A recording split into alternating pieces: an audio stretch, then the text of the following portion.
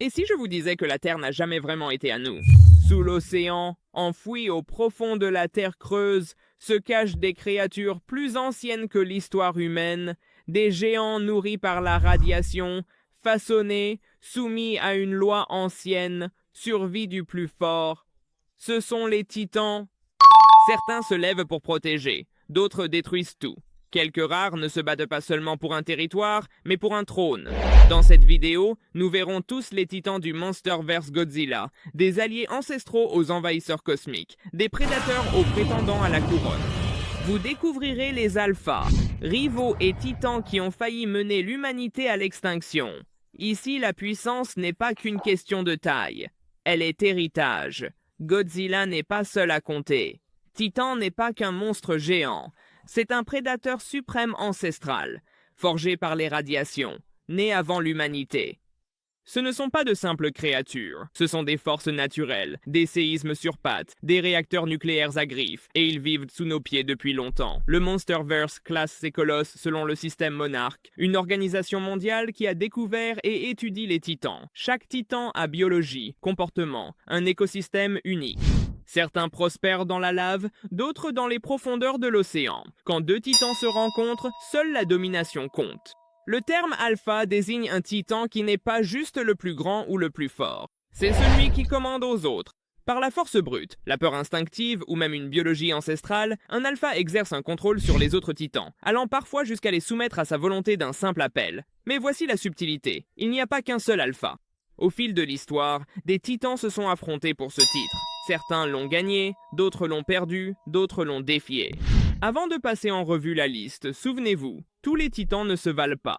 Certains sont nés pour régner. Godzilla est l'emblème de la franchise, le roi des monstres, l'apocalypse à la nageoire dorsale. Mais avant la couronne, il y a eu la guerre. Avant ville, satellite ou bombe nucléaire, l'espèce Godzilla, Titanus Gojira, régnait. Leur carburant naturel, radiation. Leur habitat? Les fosses océaniques profondes et la terre creuse. Bien que d'autres de son espèce aient parcouru la Terre, Godzilla est aujourd'hui le dernier de sa lignée. Nous le voyons dans Godzilla 2014 non comme un méchant mais comme la correction ultime de la nature. Une force invoquée pour rétablir l'équilibre pour l'écosystème des titans, pas les humains. Il n'est pas seulement gigantesque atteignant 120 mètres de haut dans sa forme évoluée. Il est aussi bâti comme un tank nucléaire. Il est intelligent et possède une arme iconique, le souffle atomique, un rayon de fureur radioactive qui fait fondre les bâtiments, rivalise avec le soleil. Mais être roi n'est pas sans adversaire.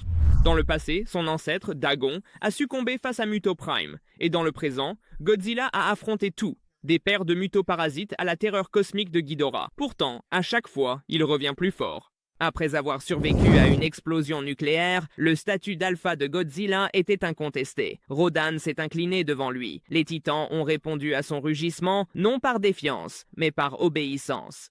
Et dans Godzilla vs Kong, même face à un autre alpha, Godzilla a tenu bon, blessé, certes, mais invaincu. S'il y a une constante dans le Monsterverse, c'est que lorsque les titans s'affrontent, Godzilla est la référence. La couronne qu'il porte, elle n'est pas cérémonielle. Elle se mérite par le combat, la survie et une puissance absolument irrésistible. Chaque roi a ses prétendants, et dans le Monsterverse, garder la couronne signifie affronter des menaces venues des quatre coins de la Terre, et d'ailleurs. Mais découvrons les titans qui ont failli détrôner Godzilla et mettre fin à son règne. Le premier, c'est King Ghidorah. Si Godzilla est le gardien de la Terre, Ghidorah est la malédiction cosmique, une vie extraterrestre écrasée ici il y a des milliers d'années. Titanus Ghidorah n'aurait pas dû exister ici, mais cela ne l'a empêché de réécrire la hiérarchie planétaire.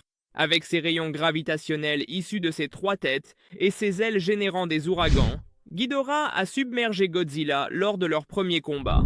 Mais Ghidorah n'était pas seulement dominant, il pouvait émettre un signal alpha invoquant d'autres titans pour lui obéir. Il est devenu le faux roi. Le monde a brûlé sous son règne jusqu'au retour de Godzilla.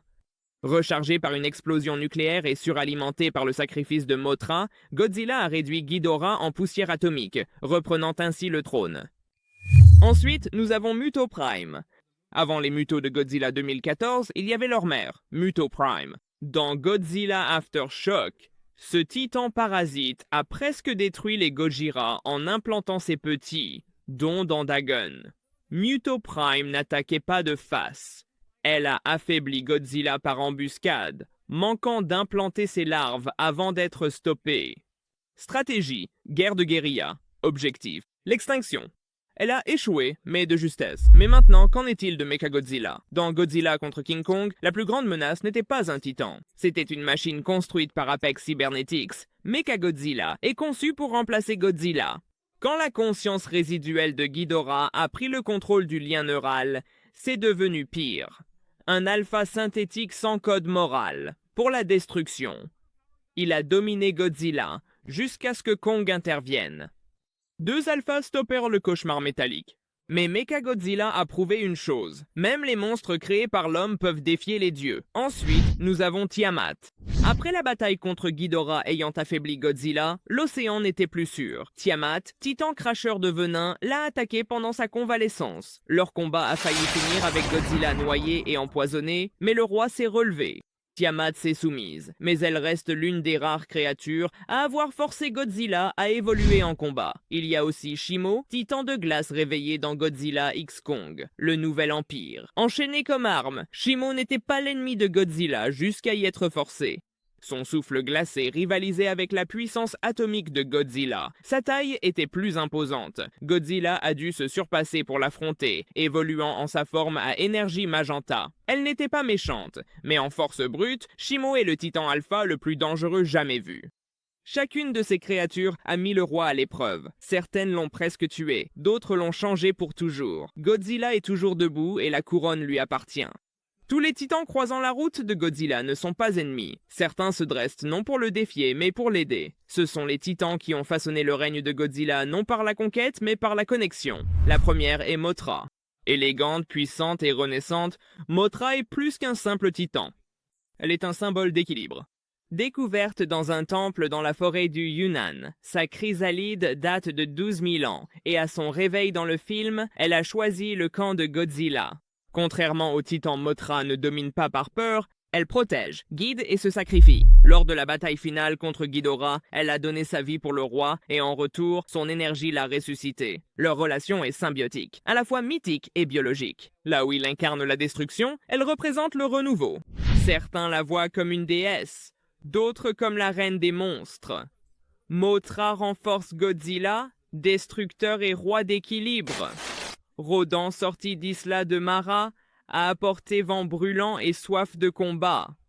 Il a combattu Mothra, s'est incliné devant Ghidorah, mais à la fin, il a reconnu le véritable alpha. Après la victoire de Godzilla à Boston, Rodan s'est soumis, elle repliée, feu apaisé. Depuis lors, il est resté muet mais fidèle.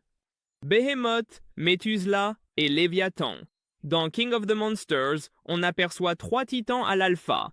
Behemoth, gardien forestier semblable à un mammouth, Methuselah, titan au dos montagneux très ancien, et Léviathan, créature marine façon monstre du Loch Ness. Aucun d'eux ne défie Godzilla. Ils se lèvent, s'inclinent, puis disparaissent de nouveau dans le mythe, loyaux non par la force, mais par nature. Ces titans montrent que la force ne réside pas toujours dans la domination. Le vrai pouvoir d'un roi se mesure à ceux qui se tiennent à ses côtés, pas seulement à ceux qui s'agenouillent. Être l'alpha, ce n'est pas seulement être le plus grand monstre. C'est maintenir l'équilibre entre les titans pour la planète. Dans King of the Monsters, on apprend leur rôle biologique. Leur présence restaure l'ordre naturel. Quand le mauvais alpha s'élève comme Ghidorah, le chaos s'étend. Les volcans entrent en éruption. Les villes s'effondrent. La nature se révolte. Godzilla ne règne pas pour conquérir, mais pour stabiliser. C'est pourquoi des titans comme Rodan et Behemoth se soumettent. Non par peur, mais par instinct. Réponse biologique ancestrale ancrée en eux. Suivre celui qui restaure le monde, pas celui qui le détruit. L'équilibre est fragile. Quand les humains sont intervenus, réveiller tous les titans, créer Mechagodzilla, exploiter le signal Orca, perturber cet équilibre. Cela nous rappelle que le statut d'alpha peut être brisé, renversé, ou pire, utilisé comme arme. Même Kong, un alpha, a choisi de ne pas se soumettre, non par rébellion, mais car son domaine était la Terre creuse.